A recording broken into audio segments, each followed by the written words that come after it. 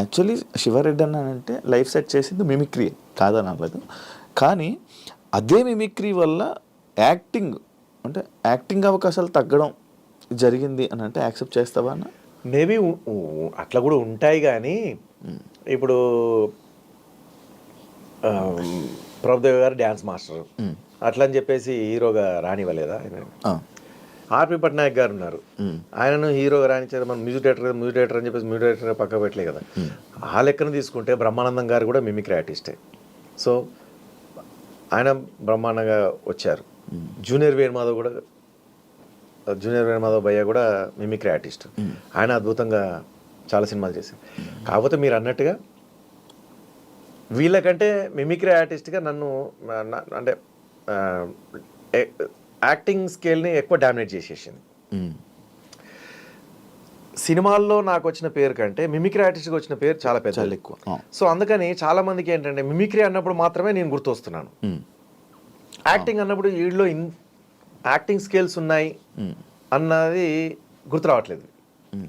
ఇక్కడ mimicry artist అనేది dominate చేస్తుంది యాక్టింగ్ని, యాక్టింగ్ స్కిల్స్ని డామినేట్ చేస్తున్నట్టు. సో నీకు ఒక అవకాశం ఉంది అంటే ఏం చేస్తున్నావు అంటే ఆ క్యారెక్టర్కి ఎవరు పలానా కామెడియన్ పిలుద్దాం అన్న ఆలోచన పోతుంది. నీకు ఒక మిమిక్రీ ప్రోగ్రామ్ అవసరం ఉంది అనేసరికి ఆ పలానా శివారెడ్డి పిలుద్దాం అని ఉంటుంది.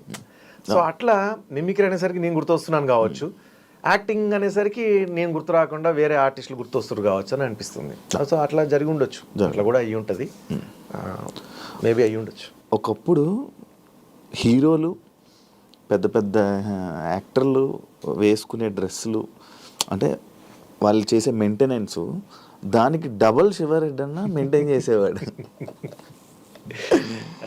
ఆ మెయింటెనెన్స్ చూసి పక్కా హీరోలు కానీ యాక్టర్లు కానీ ఆశ్చర్యపోయేవాళ్ళు. అది ఎలా సాధ్యమైంది, అది ఏమైపోయింది? యాక్చువల్లీ ఓపెన్గా చెప్తున్నా, ఒక కమెడియన్ నాకు బాగా ఇష్టమైన కమెడియన్, నేను అంత సూపర్ డూపర్ డ్రెస్ వేసుకొని లొకేషన్లోకి వచ్చినప్పుడు వద్దురా బాగోదురా అన్న, మనం మంచిగా నీట్గా తయారై మంచిగా పద్ధతిగా మంచిగా వస్తే, మంచిగా నచ్చిన డ్రెస్ వేసుకొని వస్తే తప్పే ఉందన్న. లేదురా, ఓ రోజు కారు కొనుక్కొని కారు లొకేషన్కి తీసుకెళ్ళాను, అప్పుడు కూడా వద్దురా అని చెప్పేసారు అన్నాడు. సో అట్లా మేబీ ఇప్పుడు చాలామంది అంటారు శివారెడ్డికి ఏం మంచి పెద్ద ఇల్లు ఉంది అని చెప్పేసి. ఎవరికి లేదు చెప్పండి? ఏ కమెడియన్కి లేదు ఇల్లు చెప్పండి? అవును, అందరికి 2 ఫ్లాట్లు 3 ఫ్లాట్లు ఉన్నాయి, అందరికీ ఇల్లులు ఉన్నాయి, అందరికి సొంత ఇల్లులు ఉన్నాయి. ఓకే, నా దగ్గర ఫ్లాట్ కొనుక్కున్న సుడిగాలి సుధీర్కి కూడా ఈరోజు 2 3 ఇల్లులు ఉన్నాయి నాకు తెలిసి. తెలియకుండా ఇంకెన్ని ఉన్నాయో నాకు తెలియదు, మరి చెప్తున్నా. సో దేవుడి దయ వల్ల తను పాపం ఫస్ట్ ఫ్లాట్ నా దగ్గరనే కొన్నాడు, చాలా తక్కువకి ఇచ్చా. సుడిగాలి సుధీర్ చాలా తక్కువకి ఇచ్చా. అడిగాడు అన్న నిన్న ఈరోజు. అవును, ఓకే. సో అందులో నేను ఇంటీరియర్ చేయించింది ఎట్లా అంటే, నా అవార్డ్స్ పెట్టుకోవడం కోసం అని ఎస్ సింబల్తో వచ్చేటట్టుగా ఇంటీరియర్ డిజైన్ చేశాను అనమాట. క్రాకరీ హాల్లోకి రాగానే. సో అది శివ అన్నట్టుగా ఎస్ అని పెట్టుకున్నాను, నా పేరుతో వస్తుంది కదా అని. అది సుడిగాలి సుధీర్ సో అప్పుడు ఆ ఫ్లాట్ తనకి అమ్మాను.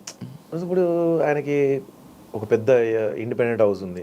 సో అట్లా ఏ కమెడియన్స్కు లేదు, అందరికి ఉన్నాయి. బట్ నా ఇల్లునే మెన్షన్ చేస్తారు. ఆయనకేంది ఇల్లు ఉంది సూపర్, అది ఇది మస్తు ఖతర్నాక్ ఇల్లు ఉంది. ఖతర్నాక్ ఇల్లు మామూలు ఇల్లు కాదు, అందరికి ఇల్లు ఉంది. ఎన్ని తినకుండా, ఎంత కడుపు కట్టుకొని, ఎంత ఏమీ కొనుక్కోకుండా, ఎందుకంటే దెబ్బలు తగిలినాగా. తగిలిన తర్వాత ఇంకా మళ్ళీ స్టార్టింగ్లో ఎట్లయితే అన్నానికి కష్టపడ్డానో అట్లా కడుపు కట్టుకొని రూపాయి కూడా పెట్టేసి ఆ ఇల్లు కొనుక్కున్నాను. సో అప్పులు చేసి కొనుక్కున్నాను ఈ ఫ్లాట్. సుడిగాలి సుధీర్కి అమ్మిన ఫ్లాట్, దానిలో కొంత మిగిలిన అమౌంట్ అప్పులు తీర్చాను. సో ఇట్లా అన్నీ చేసుకొని ఆ ఇల్లును ఆఖరికి మా ఫ్రెండ్ దగ్గర శంకర్రాజ్ అని ఉంటాడు, అతని దగ్గర కొంత అమౌంట్ తీసుకున్నాను. మణికొండలో చిన్న ల్యాండ్ ఉండింది, అది అమ్మేసి అల్కాపూర్ టౌన్షిప్లో ఉండే అది అమ్మి దీనికి అంటే ఇన్ని అమ్ముకుంటే ఆ ఒక ఇల్లు వచ్చింది. ఇప్పుడు సైట్లు ఏం లేవన్నా చెప్తున్నా, ఎగ్జాంపుల్. ఓకే, ఎగ్జాంపుల్ కాదు, ఉన్నదే. సో అన్ని అమ్ముకుంటే ఆ ఇల్లు వచ్చింది. సో ఆ ఇల్లు నేను ఎందుకు మరి అంత బాగా కొన్నాను అంటే, అంత భాగ్యం కాదు అదే, అందరికీ అట్లా కనబడతా ఉంటుంది తప్ప అంతకంటే అద్భుతమైన ఇల్లులు ఉన్నాయి మా కమెడియన్స్కి.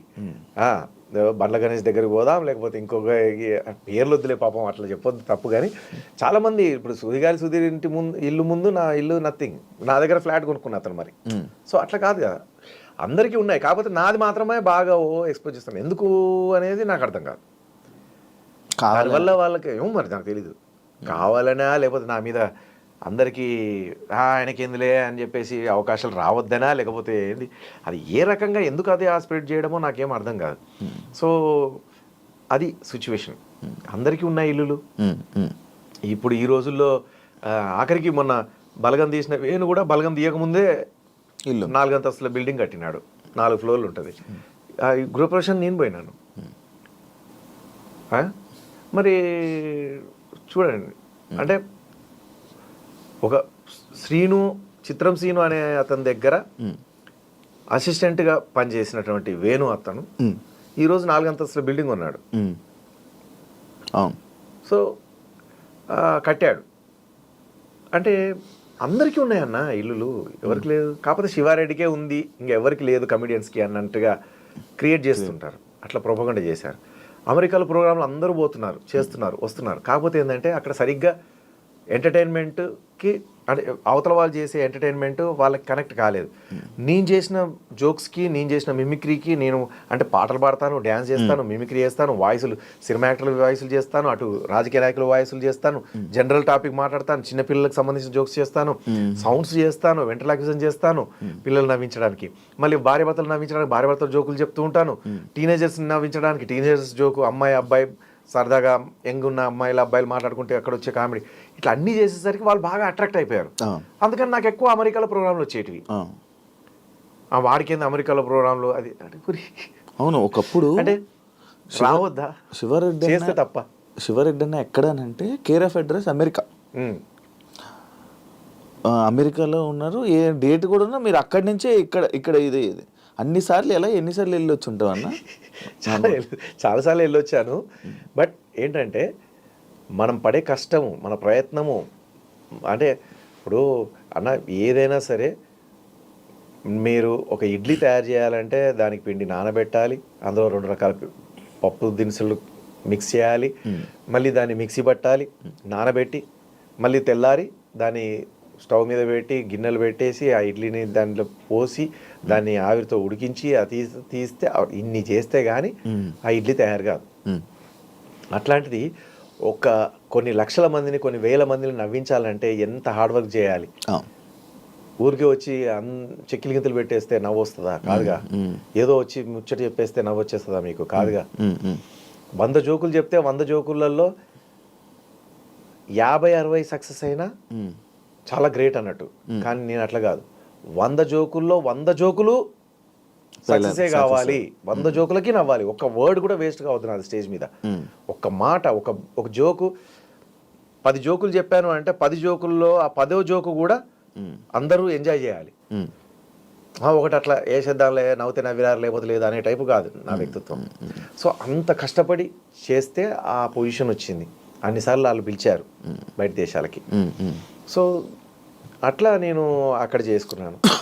వాడు అక్కడనే ఉంటున్నాడు, వాడు అక్కడనే చేసుకుంటున్నాడు, ఇప్పుడే వచ్చాడు అమెరికా నుంచి, ఇప్పుడే దిగాడు అని యాంకర్స్ కూడా అప్పుడు సరదాగా ఆట పట్టిస్తూ స్టేజ్ మీద పిలిచేవారు. ఇప్పుడే యూఎస్ నుంచి వెళ్ళి దిగినటువంటి శివారెడ్డి గారు వేదిక మీదకి రావాల్సిందిగా గుర్తున్నామని ఆడియో రిలీజ్ ఫంక్షన్స్లో అక్కడిక్కడ అట్లా పిలిచేవారు.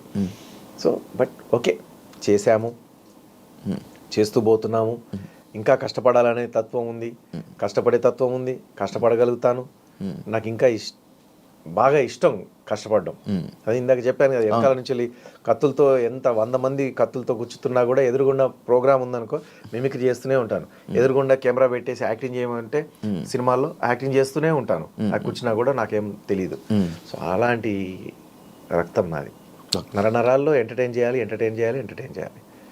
అందులో ఎంటర్టైన్ అయింది, మీ చేతిలో ఎంటర్టైన్ అయినా నేను కూడా ఒక వ్యక్తిని. అప్పట్లో 2011లో చాలా మంది లైవ్లో అసలు అవి ఎయిర్పోర్ట్లో కూడా పెద్ద పెద్ద వాళ్ళు, తలలు పండిన వాళ్ళు, పెద్ద వాళ్ళు, ఏజ్డ్ పీపుల్, వాళ్ళకి మనం తెలుసా అనుకునేటువంటి వ్యక్తులు, పెద్ద మినిస్టర్లు, వాళ్ళు శివారెడ్డి గారు మీ ప్రోగ్రాంలు చూడని రోజు ఉండదయ్యా అని చెప్పేసి చెప్తూ ఉంటారు. నాకెంత ఆశ్చర్యం.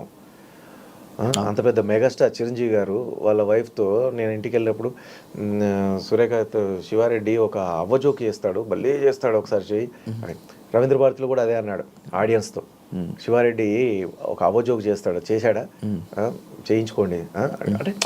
అట్లా అందరూ అంత గుర్తుపెట్టుకొని యూఎస్లో కానీ ఎక్కడ కానీ వెళ్తే అక్కడ కూడా వాళ్ళు సాఫ్ట్వేర్ జాబ్ చేసేటోళ్ళు. సార్ మేము పొద్దున ఆఫీస్కి పోగానే ఫస్ట్ ల్యాప్టాప్ ఓపెన్ చేసి మీది ఏదన్నా ఒకటి మిమిక్రీ బిట్ చూసి ఆ తర్వాత మేము వర్క్లోకి వెళ్తాం, రిలాక్స్ అయిపోయి.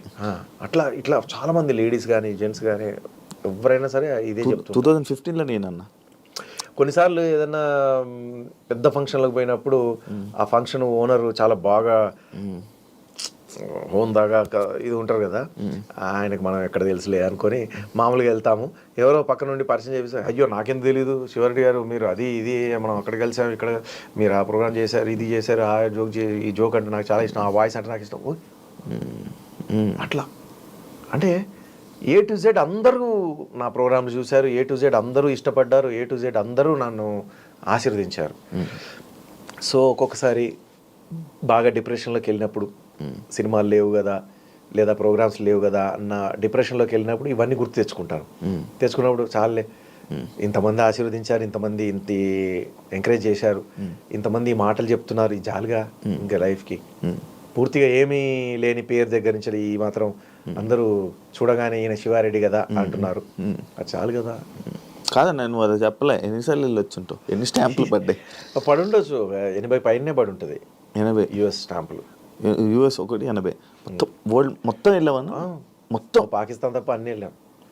జపాన్కి చాలాసార్లు వెళ్ళా, Japan Telugu association, Australia Telugu association, యూరోప్లో కానీ, యూకే కానీ, కెనడా మొత్తం దుబాయ్ గిబాయ్, మళ్ళీ అబుదాబి, షార్జా అంటున్నాం, ఇదేంది మన కువైట్, బహ్రెయిన్, ఇట్లా చెప్పుకుంటూ పోతే చాలా. అమెరికాలో నీకు ఇప్పుడు మన హైదరాబాదు అమెరికా అనుకో, అమీర్పేట, మణికొండ, కోకాపేట, కొల్లూరు, నార్సింగ్, తర్వాత మెహదీపట్నము, దిల్సుఖ్ నగరు, ఎల్బీ నగరు, ఇట్లా ఉంటాయి కదా, షామీర్పేట, శంషాబాద్, అట్లా అమెరికాలో అన్ని ఊర్లకు చుట్టేశాను.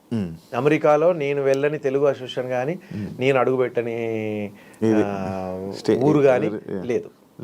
అన్ని సూపర్. అంటే అక్కడికి ఇంకా కళాకారులు కూడా పోలేరు పాపం, ఎందుకంటే ఆ అసోసియేషన్ చాలా చిన్న అసోసియేషన్. ఒక 4-5 కళాకారులని, 4-5 సినిమా యాక్టర్లని పిలవలేరు అన్న దగ్గర కూడా నేను ఒక్కరిని పోయి నేనే మిమిక్రీ చేసి, నేనే పాటలు పాడి, నేనే డ్యాన్స్ చేసి, నేనే వెంట్రలాక్విజన్ చేసి, అన్నీ నేనే చేసి ఒక్క పేమెంట్లోనే అన్నీ చేసి వాళ్ళని ఎంటర్టైన్ చేసి వచ్చేవాడిని. ఇప్పుడు ఉన్నాయన్న స్టిల్ ఇప్పుడు వస్తున్నాయా? మొన్న వెళ్ళొచ్చాను కదా 15 days బ్యాక్. మొన్న నేను ఫోన్ చేసినప్పుడు చెప్పారు అక్కడే ఉన్నానని. హ్యూస్టన్లో చేశాను, డాలస్లో చేశాను, న్యూజెర్సీలో చేశాను. న్యూజెర్సీలో శతకంఠ విభూషణ్ అవార్డు ఇచ్చారు న్యూజెర్సీ తెలుగు